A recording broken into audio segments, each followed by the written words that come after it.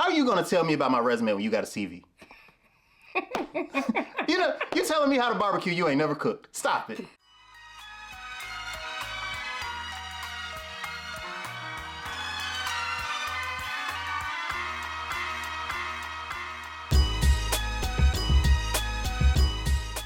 Hey, what's up, everybody? Welcome back to another episode of Ask a Recruiter. We know it's been a while, but we are back, and today we're about to dive right in with hot takes, okay? So I know that the internet has a lot of opinions about all of the things related to the job search. And so today I want recruiter Rob, job seeker, channel whoever you need to be to provide the people with some answers around these topics. Okay, so cover letters.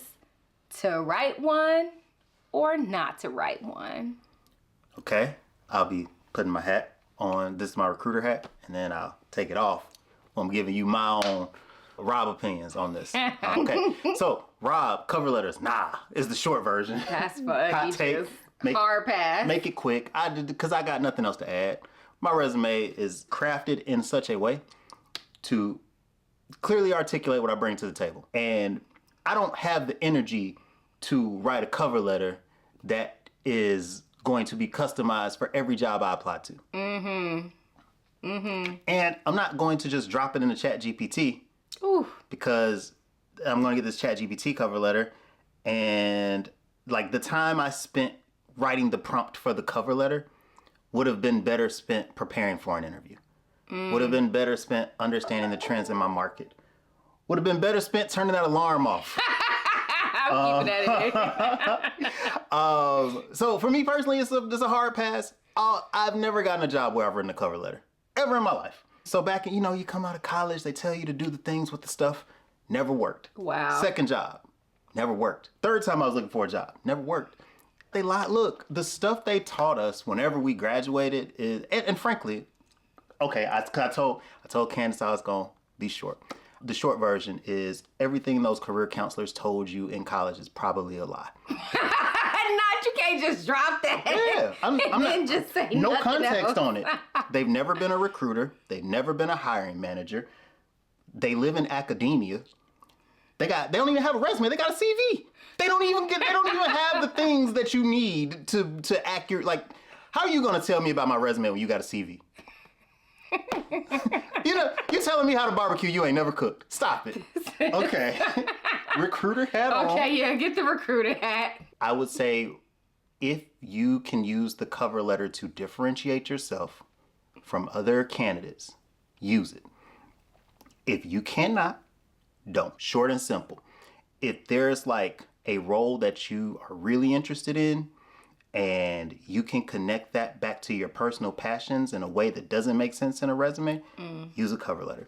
If there is context that you want to provide on your career journey because you look like a job hopper, use a cover letter. If there is supplemental information that you want to provide around passions and things that you've done in the community or philanthropic work that aligns to this role, put that in your cover letter, right? But there has to be a purpose for it. I've spent so much of my time reading to whom it may concern cover letters that then tell me exactly what I just read in the resume. And it starts to train you as a recruiter and as a hiring manager to just stop reading them. That's real. That's real.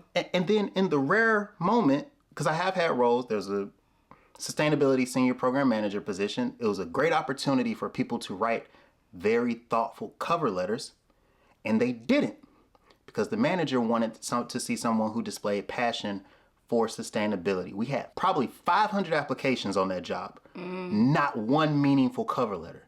Wow. 500 cover letters, 500 terrible cover letters. Wow. Terrible. Not good.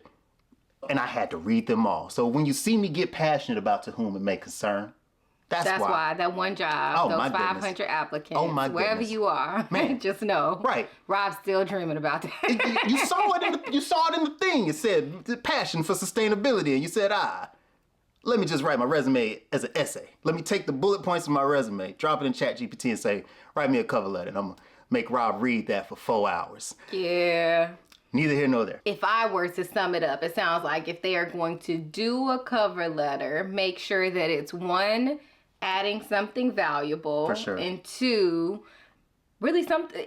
If you're not going to spend the time and energy and effort to make it a worthwhile read, so if you are copying and pasting a template, if you using ChatGPT, like, it's probably just a hard pass. Just don't do it. Don't waste your time. Probably a hard pass, unless you're one of those people who are like legitimate prompt experts, Yeah. where you know how to make it sound really dialed in and Right, really need a marketable. cover letter for a project manager. Right. But otherwise, In like, prompt. right, like otherwise, don't do it. You don't want to write it. I don't want to read it. Let's spare each other the time. All right. Let's move on to hot take number 2. Thank you letter or no thank you letter? Oh, I don't even need to take hat on. No. Hat off. Definitely no. Wait, which one is the hat? The hat is it's a recruiter. It's a Okay, recruiter it's a recruiter hat. So Got it looks like got a crown, but it's not. I'll explain my logic as a candidate from candidate perspective and from hiring team perspective. On the candidate side of the house, bias aside, I don't like thank you letters as a candidate unless there's something specific that I can add value with my thank you letter. I personally, again, have never had an opportunity where it was so close that saying thank you put me over the edge. Because that's the lie they sell us in school, right? Mm-hmm. And on the internet. Like, oh, you write a thank you letter to let them know that you appreciate their time. And not to sound cocky, they need to appreciate my time too. Oh, seriously, no, we both took time here, right? To have this interview, and it should be a mutually beneficial relationship. You have a business issue that you need solved, right? I am interested in learning more about your company and solving this problem. Yeah. It's an exchange. Yeah, that's a whole nother video. That's, yeah. Oh, I got thoughts. Yeah. Strong thoughts. Yeah. But it comes back again to like value add. There's not a value add in the way that I write thank you letters.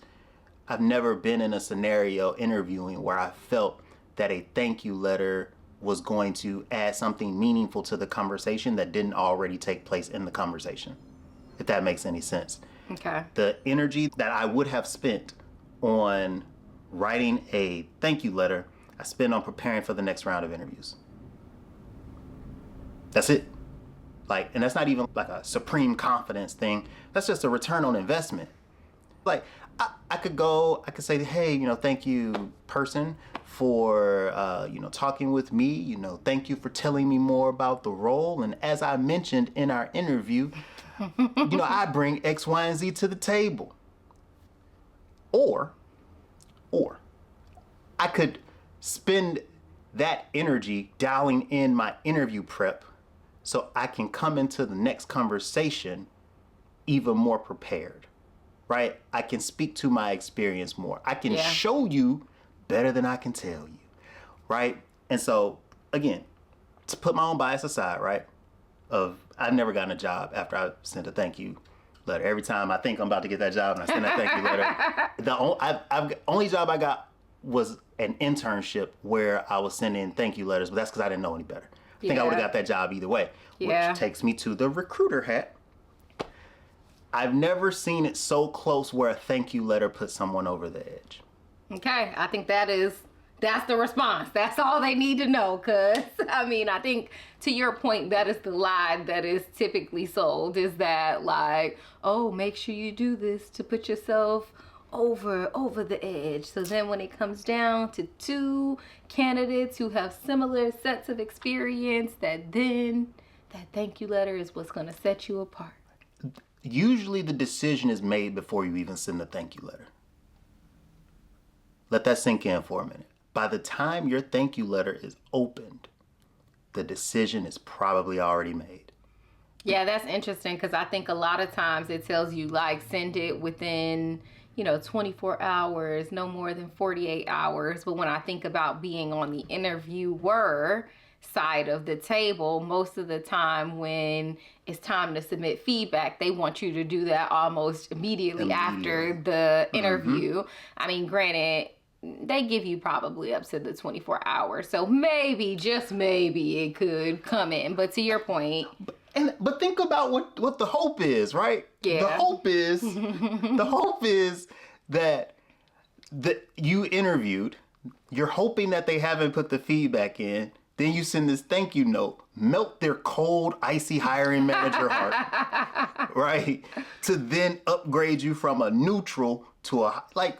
And what happens more often than not, I think, is sending that thank you note leads to more animosity and heartache on your end when that thank you note that you sent that, was just going to let them know you were so appreciative, and then they don't respond I mean, quite frankly, like, they don't have to. Now, granted, it is a nice to do, right? But when you think about the number of candidates that they are potentially interviewing, especially if it's like early rounds, like it's different if you are all the way and you down to the final countdown. I don't know why I just thought about Ethan. Our son loves that song. But it's down to like the final four or something. I can understand, but like when you are on the beginning slate, like top of funnel, where it's like a recruiter might be going through 50 plus, however many plus candidates to bring it, no. So when you think about it from that perspective, like, they are already hiring for the position because they need help. So they can't spend however what. So if it's 50, they can't spend 100 minutes, almost 2 hours reading and replying to just thank you notes. It's not even practical. It's not a practical thing now. If you just genuinely have like it's always going to come back to value. The energy it takes to provide the value, right? You want to see that return on investment. It's already exhausting. It's already emotional. Like looking for a role, it's already a lot that you're processing from a mental standpoint. Why open yourself up to spending energy on something that historically has a bad rate of return? Yeah. Like if you don't Wise investment. If you don't believe me, look at your history. Look at all the thank you letters that you've sent. Not bringing up the old wound. Yeah. Look at everyone. Look at how many you sent. Look at the return of how many of those thank you letters converted you to a job. That's all I'm saying. Do the same thing with the cover letter. Same thing with the cover letter. You like, again, that's just me. Look, don't take my word for it. Just for sure. Let the numbers look at the data. Look at the numbers. I'm telling you, that's why I stopped sending them. I looked at the numbers and they weren't speaking to me. The numbers don't lie. Numbers don't lie, man. And some of you, should I say this? Ooh. Some of y'all do more harm than good with those thank you letters. Those thank you notes are bad. Very bad. I've had some horrible ones. Some really, like, typos. Ooh, yeah. You a data analyst. You're supposed to be detail oriented. You got spelling errors in there. Grammatical errors. You done raised new issues with the hiring manager by sending, like, they thought you were the one. You sent in the letter with bad punctuation and you spliced commas and stuff. And now they're worried about your level of detail orientation, right? Or your attention to detail. I don't know what the words are. What are words? What are words? Look, I'd be talking. But yeah, so just again, think about the return on an investment, right? Ask your current manager who hired you. Hey, you remember my thank you note? See what they say. That's funny. I'm done. But hard. No for both. Unless it's a differentiator. Granted, just throw some ideas out there. I've seen people who do really cool thank you notes. I've seen people who have they've been able to give more context to their career through like this thing called a walk-in deck. I've seen people who do video thank you notes, which I think is an interesting concept, especially depending on what the industry is, because you send a video note. We know you didn't just drop it in ChatGPT. We know it's very thoughtful and we can hear your tones and your inflections and stuff like that. Maybe a value add there. But beyond that, beyond those rare exceptions, you're just sending me your resume again in thank you note form. I think I'm okay. I got it the first time. We got the cover letter. We got the resume. We got the thank you note. How many times you gonna remix this thank you, this resume? You remember back in the day, like in the 90s, where they used to drop multiple remixes for a song? That's what I feel like half the time in recruiting. You got the resume, you remix into cover letter, you remix that into the thank you note. Not to mention remix that into the LinkedIn. That's It's what I'm all, saying. yeah, It's all the same remix. thing. Okay. One final hot take. Okay. Connect with your interviewers on LinkedIn or no? As a recruiter, from my end, it depends.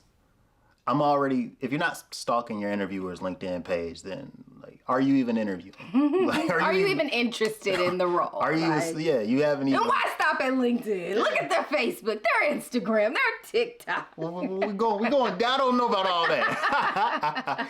You know, Find out where they mama lives. right? Coming to the interview, I saw you like Chardonnay. I don't know.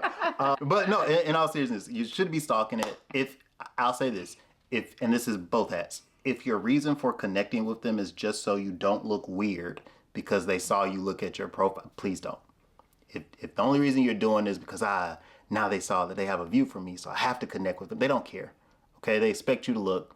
But if you are doing it from a strategic standpoint where you want to keep up with this person, you want to continue to stay top of mind even if you don't get it, this is your dream company, this is somebody you really connected with in the interview, so like post-interview connecting with people, I think that makes sense. Okay. Even if you don't get it though part is the... If it's so like dream companies, right? Mm-hmm. Let's say this is your dream company. You've been applying forever. You finally get an interview. You make it to the finals. You don't get it. Well, connecting with that interviewer is a great way to keep in touch. You might have been second place. Well, now you can continue to like stay engaged with their content, reach out periodically. Hey, just checking in. How's everything going at the company? You know, give them a little bit of update on how you brushed up your skills, whatever, right? You can keep that line of communication growing, right? Worst case, I've seen people potentially spin this into even like mentorship relationships. So if you're being strategic and there's a value add there for you, yes. If this is not your dream company and this is a paycheck, I lean heavily towards not connecting with these people because every time you log on LinkedIn, it's a reminder. Look, you got to break up with your ex, okay? You got to break up with this company that you had, like, y'all tried it, it didn't work. It wasn't fit for them, wasn't fit for you, whatever. Don't remind yourself of the wounds in an already emotional process. It's not a value add for you. It's not a good investment of your energy or your time. All right, so that's all for today's hot takes. Be sure to tune in to the next episode of Ask a Recruiter. And if you haven't done so already, please be sure to subscribe and submit any questions that you have. I'm pretty sure you might have some questions because this job search, the job market, all of the things, all of the stuff. So submit those questions and we'll bring it back to you on another episode of Ask a Recruiter. That's it. That's it. That's it. Hey, we'll see you whenever we post again. Right. He's not committing to a next record date. I'm not.